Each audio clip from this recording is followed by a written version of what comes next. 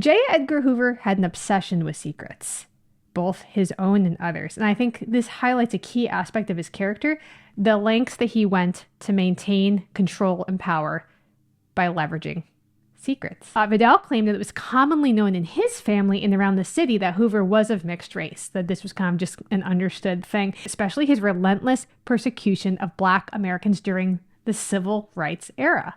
Remember, this is a man who he's in the business of secrets, keeping secrets, leveraging secrets. And what would frighten you more than having your own secret exposed and leveraged against you? Hi, I'm Danielle Romero. Thank you so much for being with me here on my channel where we talk about American identity and family stories. And as soon as I sat down to record, I made my tea, and the neighbors across the street and their neighbors have people that come mow their lawns.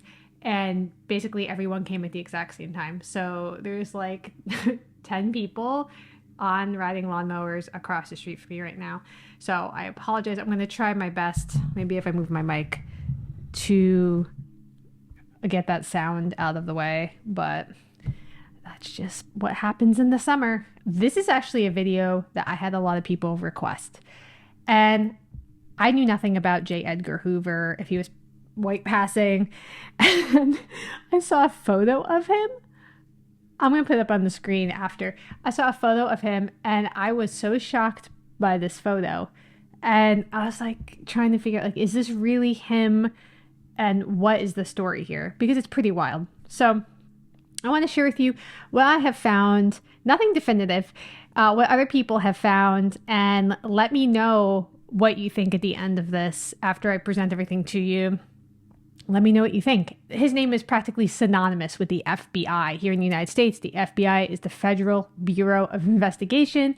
And so for nearly half a century, Hoover was the face of this branch of American law enforcement, steering the FBI through some of the country's most tumultuous times. But behind his stern exterior and his iconic glasses, J. Edgar Hoover carefully crafted his public image as the ultimate American patriot, a staunch defender of law and order, but the personal reality of his life tells a very different story.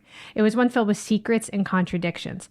Hoover's close relationship with Clyde Tolson, he was rumored to cross-dress, and the possibility that he was passing for white, present a figure who was far more complex than the public image suggests. Secrets were the currency of J. Edgar Hoover's life, both professionally and personally. His career was built on the accumulation and strategic use of secret information, allowing him to control and manipulate others. Remember, he was the head of the FBI. So this obsession with secrets extended obviously and clearly into his personal life, where he guarded details about his relationships and possibly his racial background with the same fervor that he used to protect state secrets. And his ability to maintain this position for nearly 5 decades, which was largely due to his mastery of secrecy and surveillance. He understood the power of information and used it to his advantage, both to intimidate and to protect. And I think this understanding must have been very deeply personal for him, as Hoover's own rumored secrets about his sexuality and racial background drove many of his actions and policies. One of the most intriguing whispers about him was that he might have been passing for white. Now, this isn't just a modern rumor of people now retroactively trying to look back in history and, I don't know what they call it, trying to make people Black who weren't Black, you know, that whole thing that people are concerned about. But an author and minister, Barbara A. Reynolds, explored it in her own column, and she interviewed someone named Millie McGee, who was an African-American woman who claimed that her grandfather was Hoover's cousin, his second cousin. So according to McGee, her family harbored a powerful secret, that J. Edgar Hoover, one of the most influential men in America at the time, was their relative and he was passing for white. And the story was so dangerous that speaking it out loud could have gotten them killed. And J. Edgar Hoover is fascinating because early in his career, he was seen as a hero, and he revamped the Library of Congress's cataloging system. He actually introduced the fingerprinting and forensic techniques that the FBI uses. He pushed for stronger federal laws. And by 1940, and this time frame matters, and we'll come back to it, his contributions had positioned him as a champion of law and order. But screenwriter Dustin Lance Black, in an interview, noted that if Hoover had retired then, his legacy would be one of unambiguous heroism. People, if he had stopped in 1940, people would have loved him. But his later years were marked by a dark obsession with secrets and power. And I have to ask, well, is it connected to what he may have been hiding? Let's go now to his family secrets. So Millie McGee's allegations about Hoover's racial background being her father's second cousin, it's not just family folklore. So her grandfather had a chilling warning for her that discussing their connection to Hoover could actually result in death. And this speaks volumes about the power and reach that Hoover wielded. And I think it brings a human element into the story of like, well, was he passing for white? Well, what's the big deal? Blah, blah, blah. Well, again, we have to think about the time period. I mean, if we're talking 1930s, 1940s, being Black in America, being considered Black in America was dangerous in a lot of ways, and was not an advantageous position to be in, right? And so by tracing Hoover's family birth and death records, genealogist George Ott says the research supports McGee's claims. He said that he found evidence suggesting a possible African-American heritage. Now, although conclusive proof remains elusive, he says, the circumstantial evidence that he's compiled is compelling enough to keep the question alive.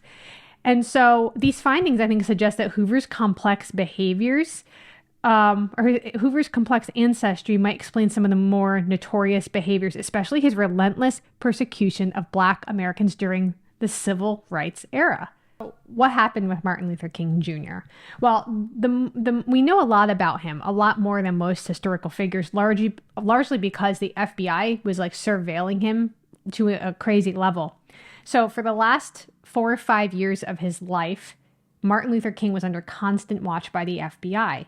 They bugged his hotel rooms, all of his phones got tapped, and even his inner circle was kind of infiltrated by spies and informants from the FBI.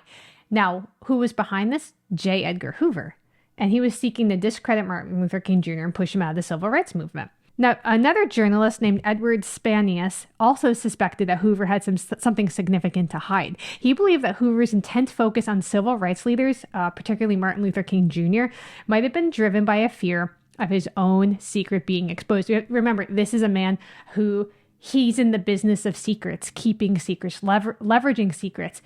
And what would frighten you more than having your own secret exposed and leveraged against you?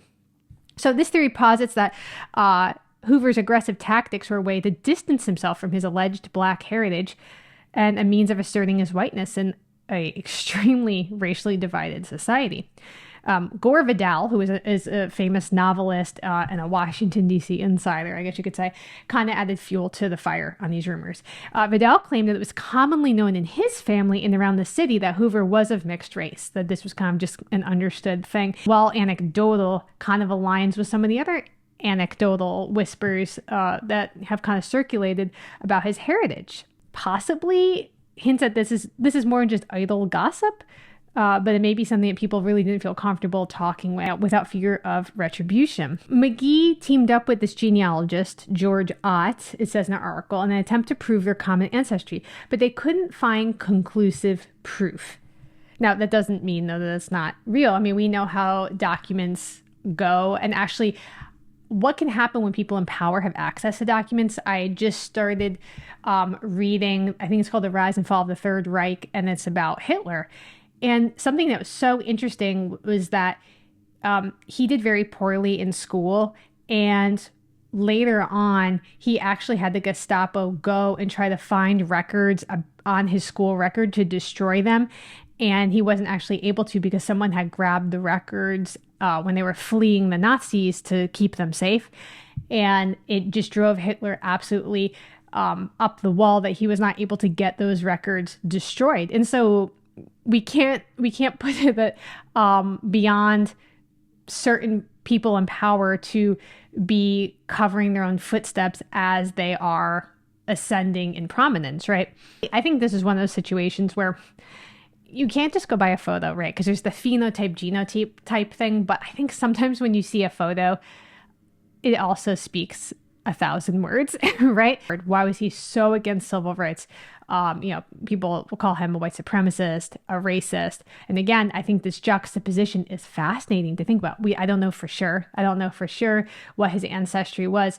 But if you start putting the pieces together, it's interesting. And I think that it just purely conjecture that it would sound like a lot of self-hate and a wanting to push away and to separate from something that he was not proud of, or we don't know. I don't know what happened in his life, and if this was true, what happened in his life. And it's interesting how people can take different routes with this. With my family story, it was, I actually was told an anecdote by a relative who did not want to participate in my Finding Lola series when I was looking for my great grandmother's roots from Louisiana. Did not want to participate.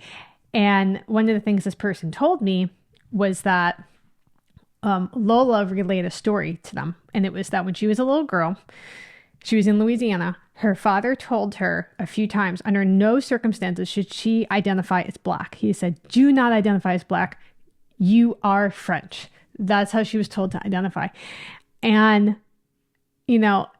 that's the information she passed on to my family. Now, after taking DNA tests, following the genealogical record, she was almost half African American. And so, and other things as well. And so you could see that people can have experiences that maybe looking back will say, why would they behave like that? Why would they say that? I would never do that. And you just don't know what kind of experiences people had, even as children, that really can influence so much. And so I found this just an absolutely fascinating thing. I was a little disappointed that there was no totally conclusive thing. And to me, it's more than just a historical curiosity. This is a powerful example of how personal and national narratives intersect and influence one another. This is literally my channel. My channel is basically, it's American identity, history, and family stories. Like, these things intersect. They feed off of each other. They're always playing off each other. And I think this challenges us to look beyond the surface to understand these hidden histories that shape our collective identity. And what are these hidden histories? These are just people's stories, people's lives. And I think it's really important to be digging into these to help us to understand, why are we at this place today? Or why is my family this way? Why does my family behave this way? Why do I behave this way? And I think so often we don't give enough credit to the environment that we're growing up in. It affects us so much. So I think focusing on these stories, talking about them together, is such an important part of fostering understanding for each other and coming to a more comprehensive understanding of what it means to be an American. So let me know what you think about J. Edgar Hoover. Some of these pictures were wild, though. Like, some of these pictures, I was pretty surprised. If you're interested in connecting with me, Patreon is a great option, or you can send me a coffee. I drink a lot of coffee. And I'll leave a link to those below. Otherwise, we'll talk soon.